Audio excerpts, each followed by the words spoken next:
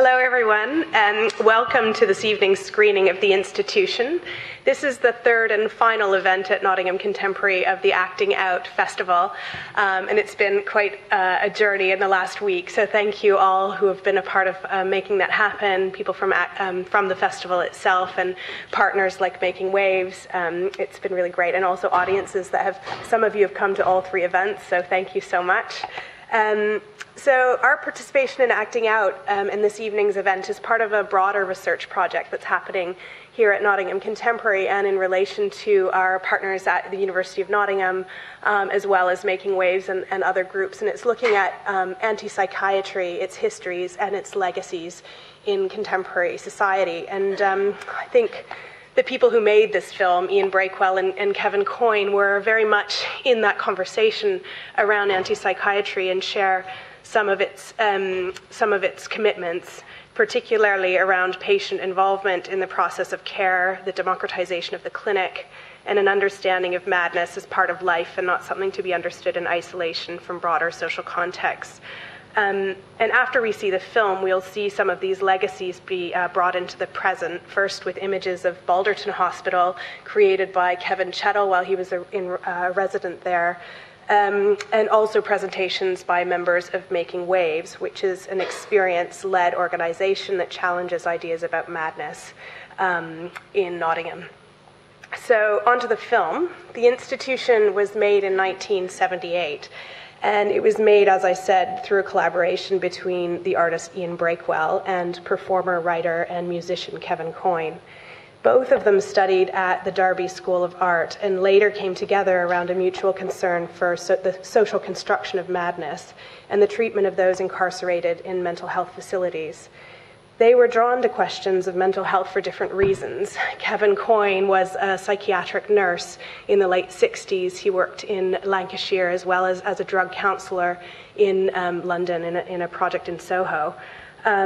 Kevin features in the film conducting a series of improvised performances, and those performances were based on experiences he had in mental health institutions as a nurse, but also sort of things he witnessed in everyday life.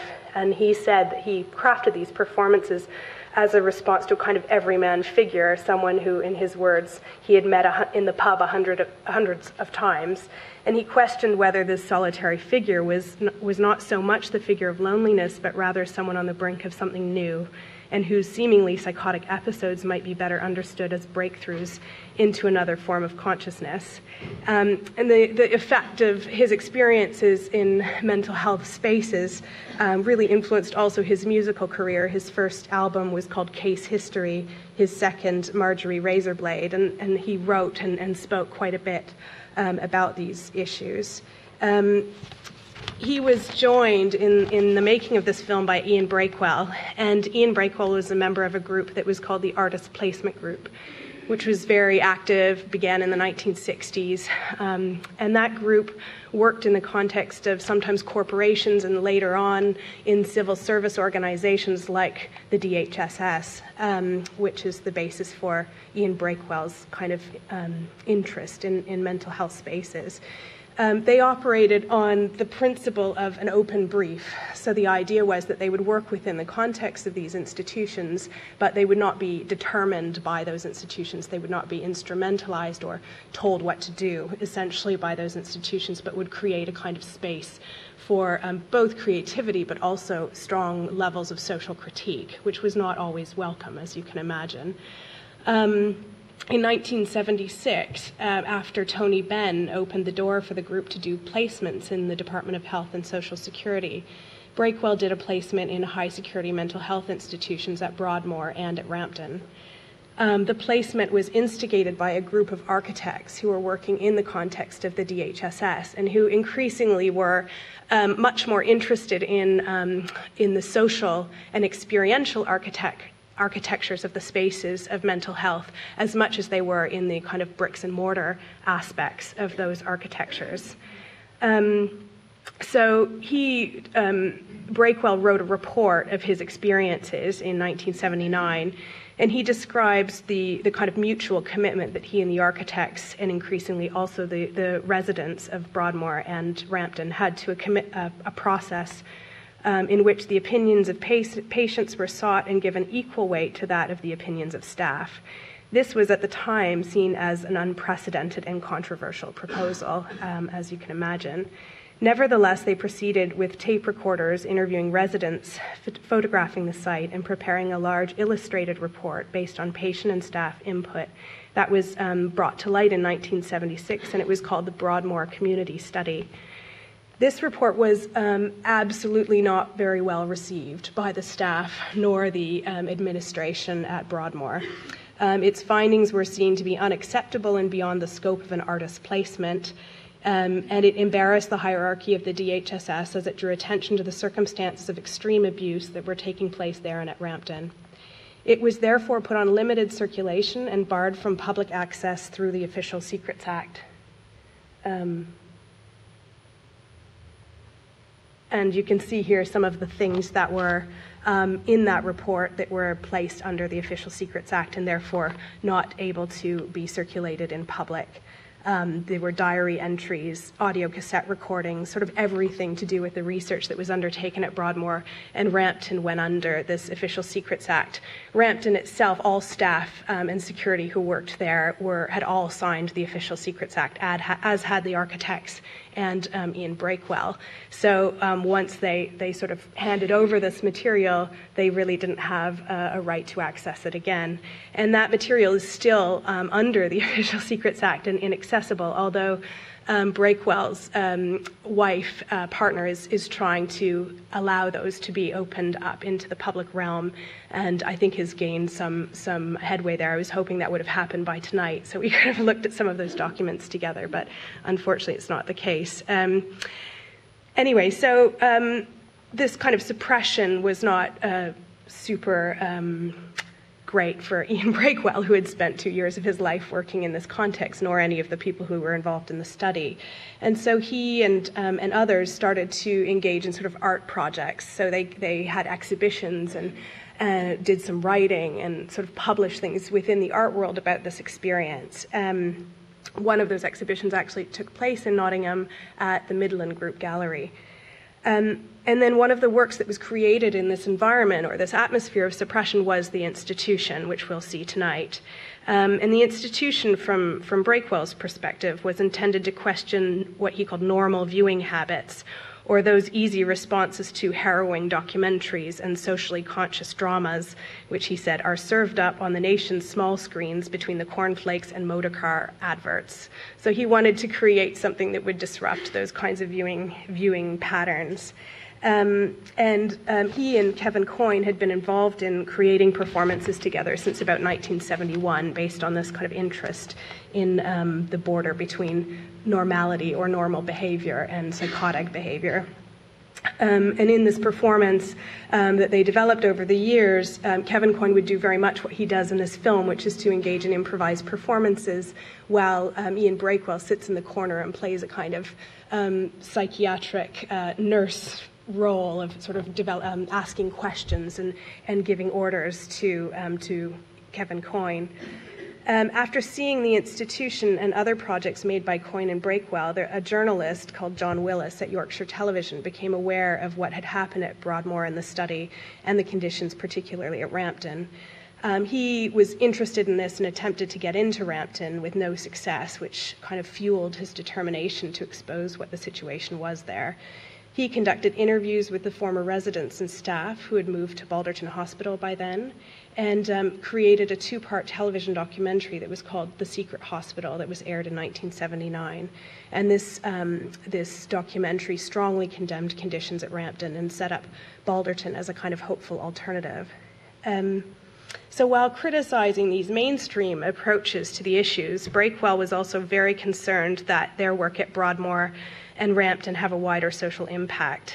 He himself had tried to speak to the mainstream media on a number of occasions. Those interviews were either mysteriously not aired or entirely suppressed or censored. And he was therefore supportive of the secret hospital's potential to reach wide audiences. Breakwell's images that he took inside of Rampton when he had access were the only images that appeared in the film, and I'll show them in a minute.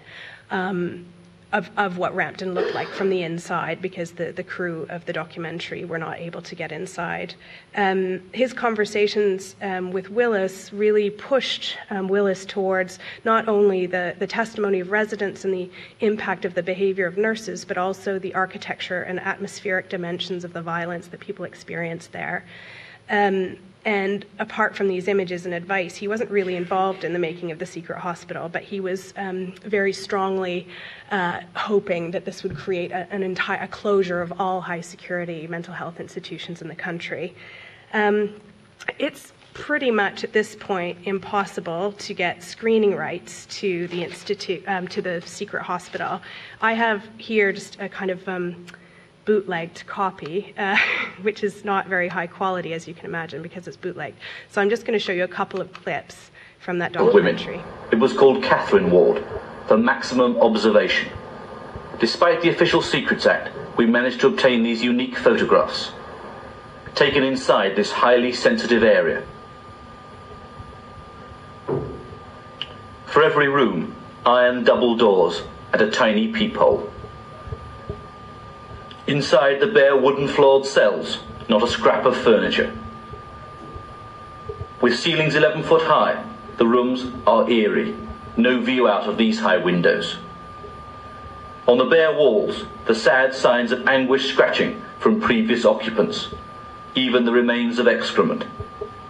We learned that one girl was detained here for over 2 years, and we spoke to patients who had been secluded in these Rampton side rooms or cells. So those were the images that Breakwell took when he was in residence at Rampton. And they were made with residents. A secret report from the Department of Health admits the appalling claustrophobic cell environment of the side rooms is likely to worsen a patient's state of mind and behaviour. Most of these serious allegations are recent. However, while we were filming, Catherine Ward closed for redevelopment, but the system remains the same. One practice seems almost hallowed by custom. It's even got a nickname. They call it the Rampton Humpty.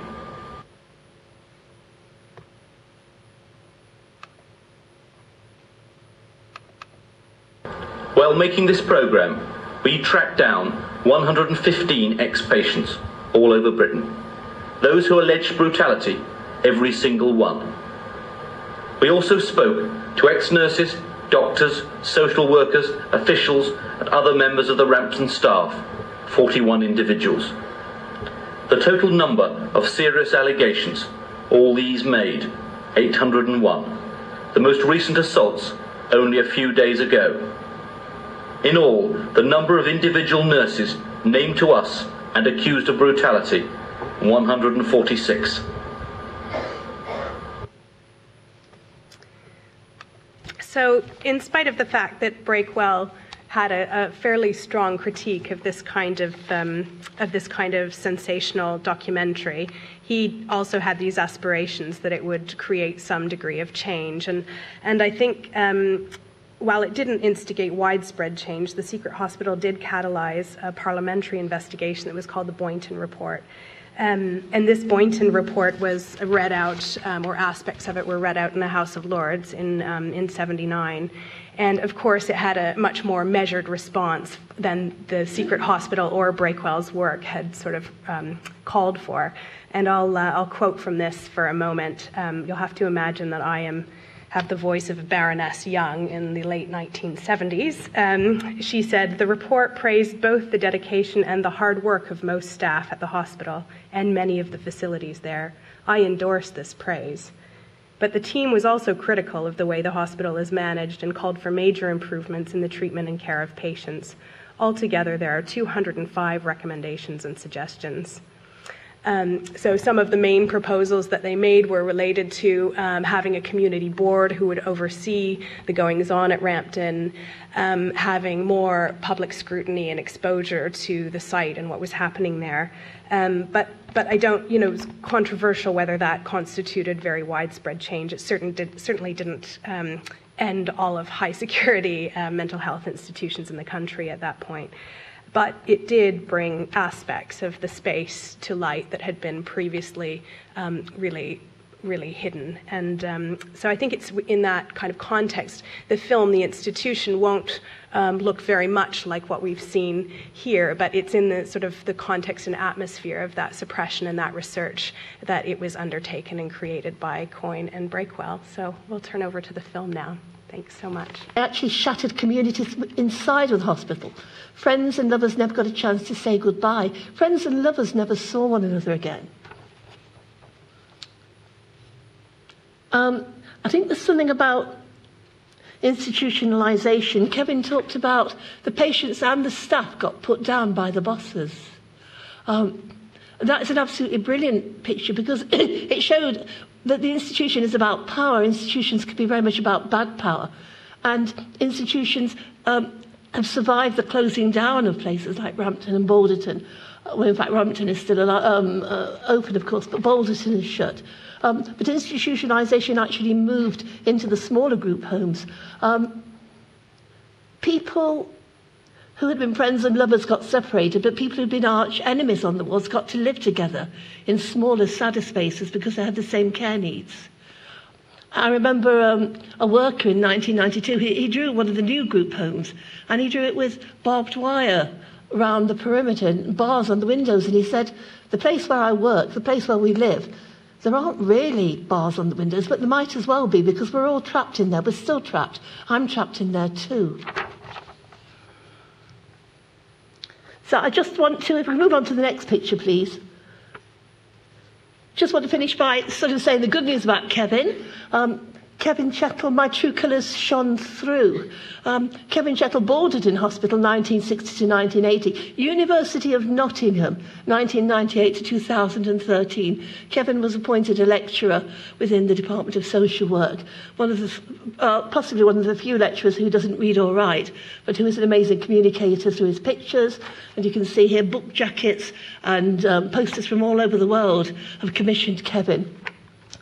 And an artist said that why these pictures work so well is that Kevin's colour, his use of colour, draws you in. It draws you in to hear an unimaginable story, an unhearable story. The colour lures us in, seduces us. But there is a metaphor to the colour, which is that no matter what they did to Kevin, they couldn't break his spirit, and Kevin's true colours shine through. And I guess that's how I love to think about this story, and all of our stories, as being ourselves without shame, without having to ask permission, but just being who we were meant to be. I'll go back to the point about the institution and people got to wear new clothes. Kevin said the staff put trainers on and tracksuits. He says, but they didn't fool me. They were still staff. We're actually going to do the opposite.